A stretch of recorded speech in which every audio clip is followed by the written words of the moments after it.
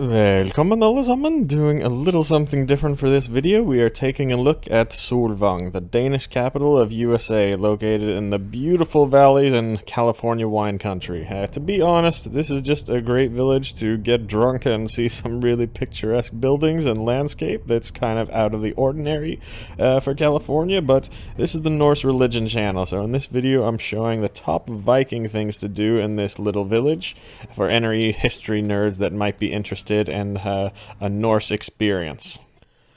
So, like I mentioned, it's mostly based around restaurants and wine tasting, but I have scoured the village here, and here are some of the top things that have Viking influence in them. First is this metaphysical shop that I found here. I thought for sure I was going to find some Viking things in here, and I for sure did. Here are some statues of the Norse gods and some little books about them behind there. Here are the runes. The runes are completely wrong and are given the wrong names. They give some runes names from Younger Futhark, some from Elder Futhark, but at least we have the runes there. And here are some rune chips, as we call them, or blodspan, as they might have been called in Old Norse. They're basically made out of slices of trees, just like they would be made in ancient times. Next shop that you're going to find some Viking things in is this iron art gift shop right here. It's mostly just kind of superstitial touristy gifts, but you are going to find some pretty cool Viking things here, like that t-shirt.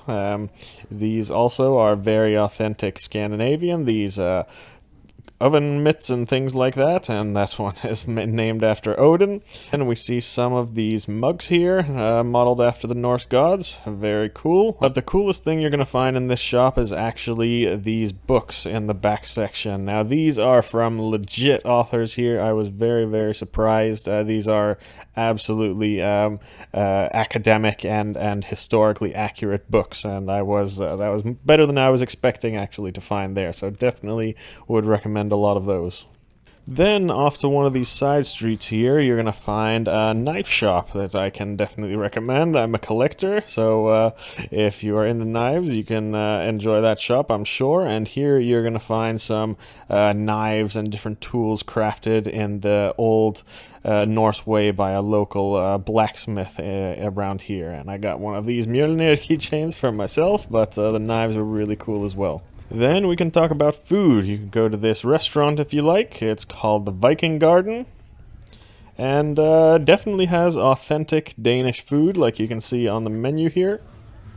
I was a bit of a peasant. I was on a diet, so I got a chicken sandwich here, but we also got some Danish sausage sampler, and they have Swedish meatballs and a lot of other traditional Danish and Scandinavian recipes. But that is not the main reason to go here. The main reason to go to this restaurant is because it has probably the most information you're going to find in all of Solvang about the Vikings, and it is this poster right here. If you're in this restaurant and you go take a piss in the bathroom, you will come across this poster, and it has by far more accurate information about the Vikings and their religion and their culture than anything else. It has information about the gods, like you see here. It has information about different burials and history about the Viking Age. It has even information about the Oseberg ship burial, and this is the most famous burial that we have, so you can spend some time here. Also, you'll find this poster here near the entrance about Gorm the Old, one of the most famous kings from the Viking world. Also here in this park you're going to find something very interesting, and that is that little stack of stones, or hörgir as it would have been called in Old Norse. Now this is just a park in the middle of Solvang, but like I said, this hörgir, those pile of stones, that is what the Vikings would have used to perform their sacrifices on. So I'm not sure if it's actually for that, but it is definitely, in my eyes, a Viking thing. Then, this is just a little bit outside of the town, but it's definitely worth mentioning. There's a little neighborhood here with streets named after the Norse gods. You see Valhalla Street, Freya Street, and Odin Street, like you can see here. So definitely, if you're a fan of Norse mythology or paganism, you got to check these out. It's just a few blocks down the road from the Solvang Square. While we're on the subject of food, there's this bakery, definitely the best in town. It's a hell of a long line.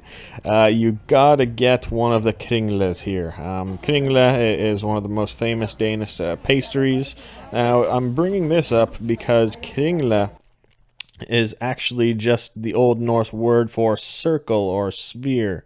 And the reason that this is related to the Vikings and Norse mythology and paganism is because Kringla means sphere, and this is how our stories operate. A lot of our stories from the Viking Age are actually called Kingla, meaning it's spherical.